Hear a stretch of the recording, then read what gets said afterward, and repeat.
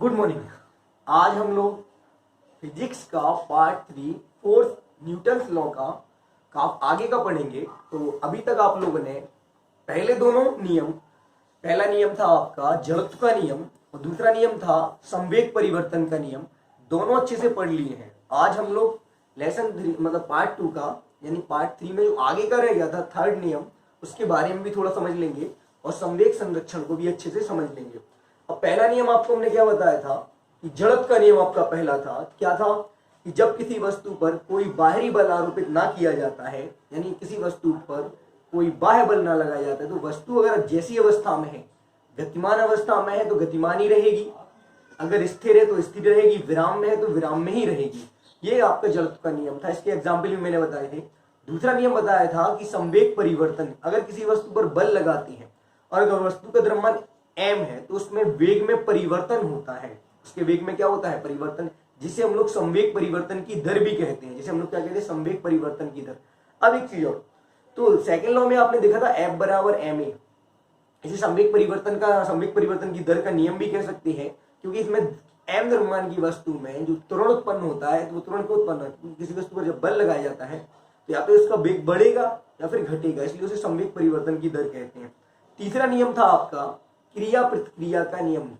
क्रिया प्रतिक्रिया का नियम जैसे हमने बताया था, जब पहली देखो बल की क्रिया जो है दो वस्तुओं के बीच में होती है, एक जिस पर बल लग रहा होता है और एक वो जिस पर वस्तु यानी जो वस्तु बल लगाती है। तो लेकिन मैंने बताया था कि जब पहली वस्तु दूसरी वस्तु पर बल लगाती है तो दूसरी वस्तु भी उतना ही बल विपरीत दिशा में पहली वस्तु पर भी लगाती है।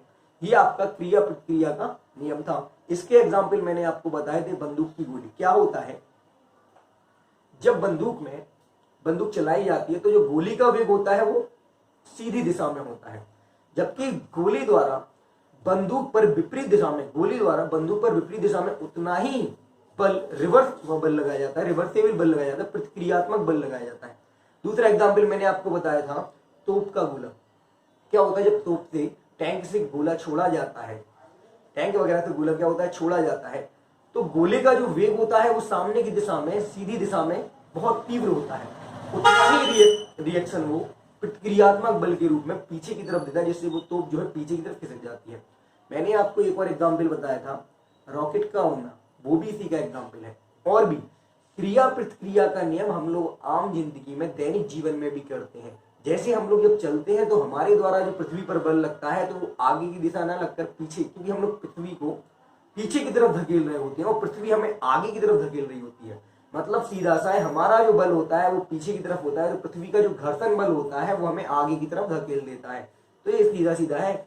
घोड़ा गाड़ी में भी यही होता है। जब एक और चीज, नाव में भी यही होता है, जब व्यक्ति नाव से उतरता है तो क्या होता है, जब वो बाहर की तरफ पैर रखता है तो उसका जो रिवर्सिबल बल होता है वो नाव को पीछे की धकेल देता है और नाव उसको आगे की तरफ ले जाती है।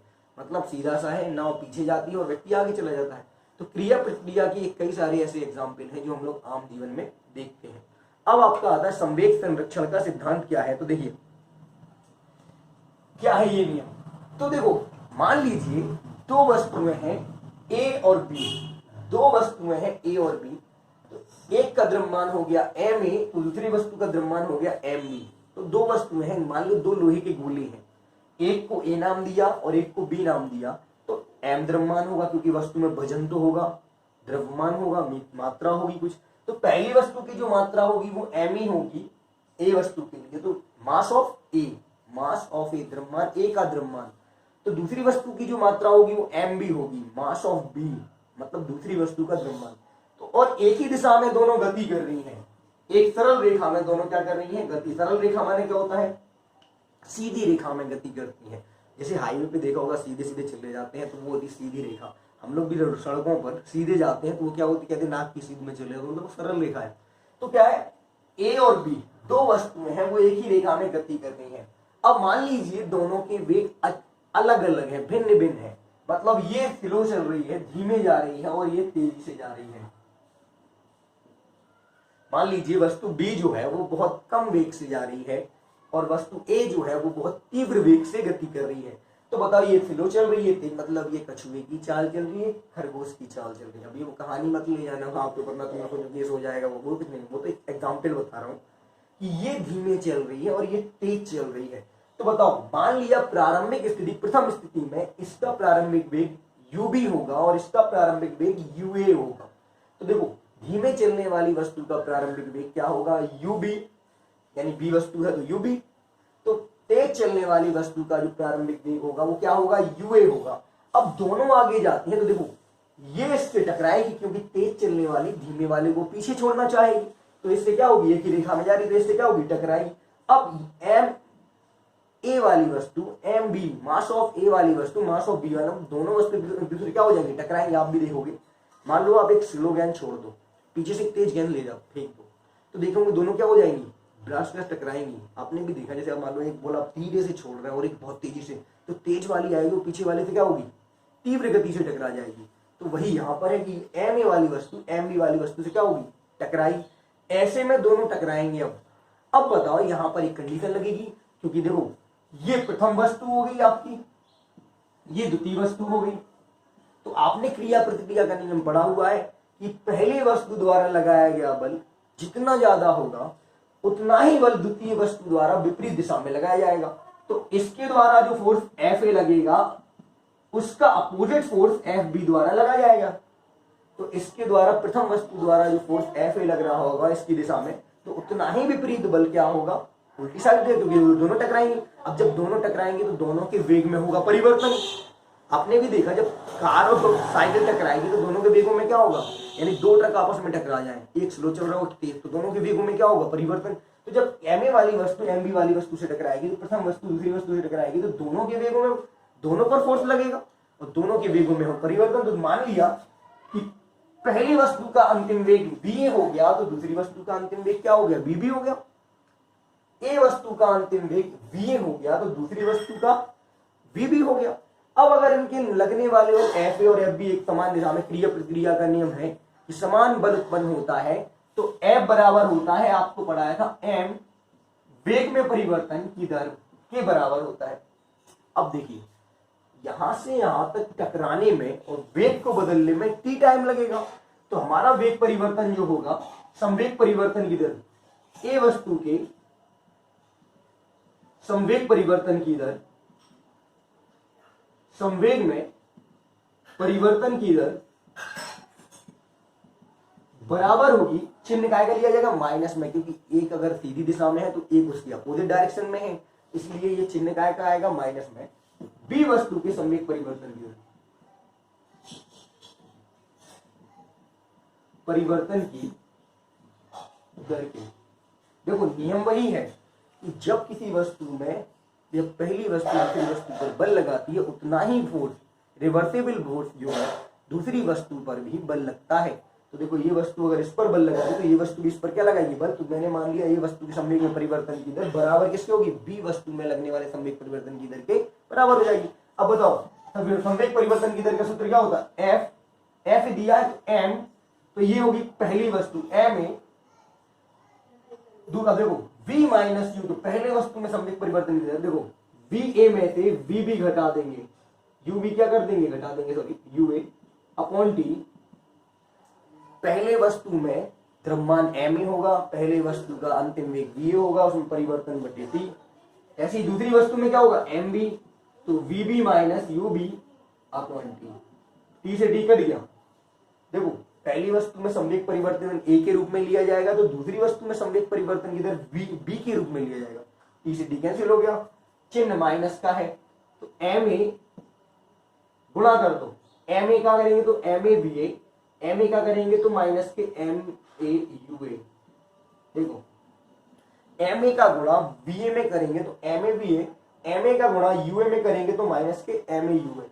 ये माइनस का एम बी का गुणा मास ऑफ बी, दूसरी वस्तु के द्रव्यमान का गुणा दूसरी वस्तु के अंतिम वेग में करेंगे, तो माइनस का M B V B, minus minus plus, ये माइनस और ये माइनस प्लस, ये माइनस और ये माइनस प्लस, दूसरी वस्तु के द्रव्यमान का गुणा दूसरी वस्तु के प्रारंभिक वेग में करेंगे तो होगा M B V B U B, sorry. अब आप देखिए, ये माइनस का है और ये माइनस का है, इनको पक्षांतर कर दो।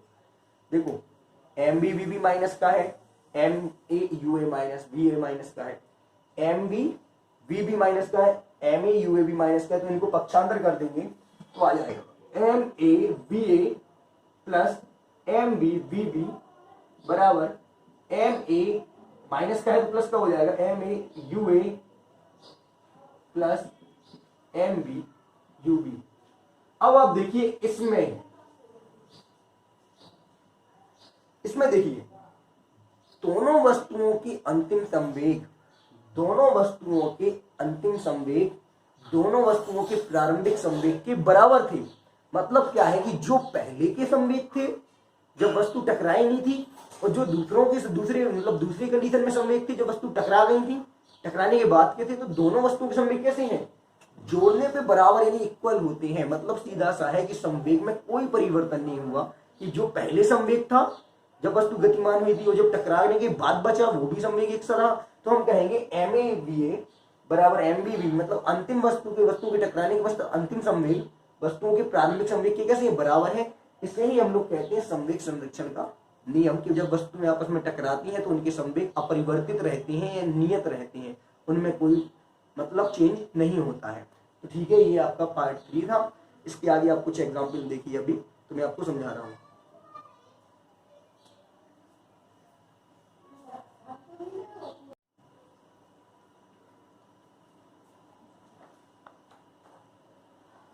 देखिए आज हम लोग थोड़ा सा एक्सरसाइज के बारे में पढ़ेंगे, ठीक है।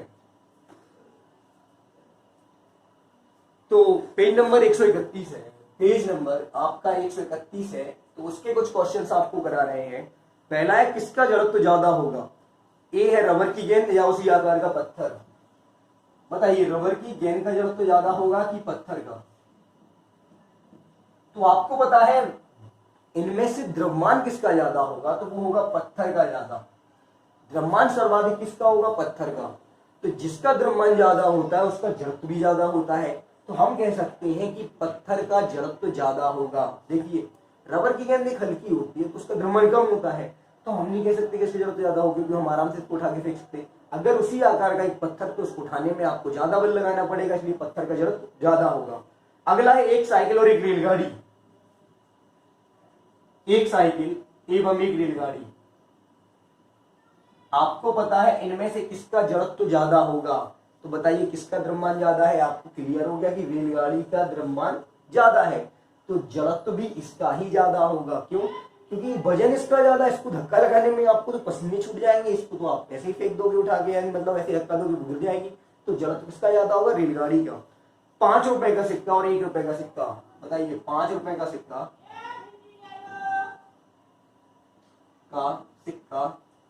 या 1 रुपए का सिक्का।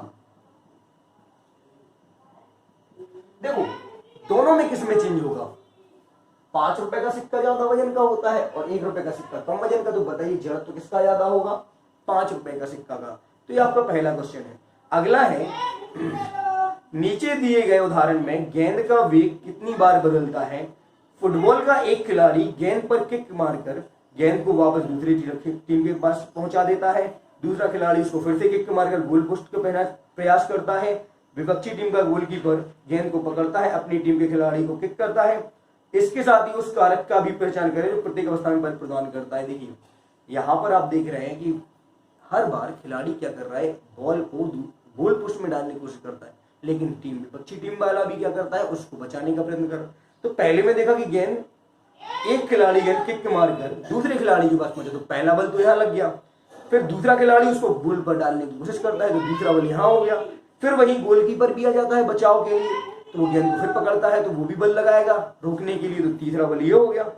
और अपनी टीम की ओर तो 4 प्रकार से ये हुआ कि पहली बार क्या हुआ, एक खिलाड़ी ने दूसरे को दिया, दूसरे ने देखो एक ने दूसरे को दिया, दूसरे ने गोल पे डाला और गोलकीपर ने रोक कर फिर से अपने दूसरे खिलाड़ी को, तो 1 2 3 4 बार ये बल क्या होता है, लगाया जाता है। यहाँ पर एक बल और है जो संवेग परिवर्तन को देखा जा रहा है कि जब बॉल तेजी से आती है तो रोकने के लिए पैर से बल लगाया जाता, तो यहाँ पर संवेग में भी परिवर्तन हुआ है। अगला है किसी पेड़ की शाखा से तीव्रता से पत्ते क्यों झड़ जाते हैं। तो हाँ मैंने आपको बताया था जब आप वृक्ष को जोरों से हिलाते हैं तो जो आपके जो सूखे हुए पत्ते होते हैं उसमें से तो वो झड़ जाते ज्यादातर। क्यों, क्योंकि इसका रीजन ये है जब वृक्ष को हिलाया जाता है तो वृक्ष की शाखाएं जो है वो गतिमान हो जाती हैं, वृक्ष की शाखाएं जो है वो गतिमान हो जाती हैं, लेकिन वृक्ष की शाखाएं तो गतिमान होती है, लेकिन जो पत्तियां होती हैं वो अपनी जड़त्व की अवस्था को बनाए रखने का प्रयत्न करती है। पत्तियां बिल्कुल वो सोचती है कि वैसे ही बने रहे जैसे थे। वृक्ष पर देखो बल लग रहा शाखाओं पर, हिल भी शाखाएं रहे, लेकिन जो पत्तियां होती हैं वो कोशिश करती है जैसी थी वैसी ही बनी रहे। तो उस अवस्था में क्या होता है, उनका जो स्थान होता है वो थोड़ा सा परिवर्तन हो जाता है, उनके स्थान में थोड़ा सा परिवर्तन। तो जब शाखाएं तो हिलती हैं तो उनको बल लगने से वो तितर बितर हो जाती हैं, तो पत्तियां वहीं रहने का प्रयत्न करती हैं, तो वो वहां से झड़ कर क्या हो जाती है, नीचे गिर जाती है। अगला है, जब कोई गतिशील बस अचानक रुकती है तो आप आगे की ओर झुक जाती हैं, और जब विराम स्थान में होती है तो गतिशील होने पीछे की ओर। ऐसा क्यों? हाँ, तो ये छोटा सा एग्जाम्पल आपने देखा होगा, जब बस आप बस में बैठते हैं या ट्रेन में बैठते हैं, तो जैसे ही ट्रेन के ब्रेक लगते हैं या बस के ब्रेक लगते हैं तो आप आगे की तरफ झुक जाते हैं। आप क्या होते हैं, आगे की तरफ। और अचानक अगर बाइक वगैरह पे गाड़ी पर बैठे हो और गाड़ी तेजी से चले तो आप पीछे हो जाते हैं। तो ऐसा क्यों? ऐसा क्यों होता है, जब बस तेजी से जाती है तो आप भी बस के साथ गतिशील हैं और आपकी बॉडी भी बस के साथ गतिशील है। मतलब पूरी बॉडी नहीं, उतना हिस्सा गतिशील होता है जितना की बॉडी टच होती है। जितना आप बस के साथ, जैसे आप सीट पर बैठे हैं तो केवल उतना ही एरिया आपका गतिशील रहेगा जितना उस बस के साथ अटैच है। लेकिन अगर आप बैठे हुए हैं तो आपकी जो ऊपर का धड़ है वो अटैच नहीं होता है, तो आपके नीचे की बॉडी तो गतिशील रहती है। जब अचानक से ब्रेक लगते हैं तो नीचे का हिस्सा तो बस के साथ रुक जाता है, लेकिन ऊपर के हिस्से को रुकने के लिए समय चाहिए है। तो उस समय को प्राप्त करने के लिए आप आगे झुक जाते हैं और बस फिर आप रुकते हैं, फिर आप क्या हो जाते हैं, इसलिए आप आगे की तरफ झुक जाते हैं। ऐसे ही ट्रेन में देखो, जब आप ट्रेन में चले जाते हैं तो पकड़े रहते हैं, लेकिन अचानक से ट्रेन की ब्रेक तो आप आगे झुक जाते हैं। क्यों? क्योंकि पैर तो आपके गतिशील थे उसके साथ, और जैसे ही ट्रेन रुकी तो गतिमान से आप विराम में आए तो पैर भी गतिमान हुआ, लेकिन ऊपर का जो बॉडी है उसको उतनी जल्दी समय नहीं मिलता है, इसलिए वो थोड़ा सा गतिमान रहता है, फिर वो आगे जाके रुक जाता है। ऐसे ही क्या होता है, जब आप गाड़ी पर बैठते हैं तो पीछे की ओर ऐसे हो जाते हैं, तिरछे हो जाते हैं। क्यों? क्या होता है कि जब आप गाड़ी पर बैठते हैं तो विराम में है, लेकिन अचानक से गाड़ी क्या होती है, अचानक से गाड़ी चलने लगती है और आगे बढ़ जाती है फील्ड लेने पे। तो क्या होता है, जब गाड़ी जैसे ही आगे बढ़ती है तो बॉडी विराम से गतिशील आ जाती है, तो उतना हिस्सा जो बॉडी का संपर्क में बाइक के साथ संपर्क में रहता है, उतना शरीर का भाग जो बाइक के संपर्क में रहता है वो तो गतिशील हो जाता, लेकिन आपकी ऊपरी बॉडी जो है वो उतनी जल्दी गतिशील नहीं होती, तो वो वहीं रहती। तो आप पीछे की तरफ हो जाते हैं कि वो वहीं रहने का प्रयत्न करती है, आपका आधी बॉडी आगे निकल जाता है, तो आप पीछे की तरफ क्या हो जाते हैं, झुक जाते हैं। तो ये कुछ एग्जाम्पल थे। आगे की वीडियो में आपको इसके एक्सरसाइज कराऊंगा और काफी चीजें बताऊंगा। ठीक है, धन्यवाद।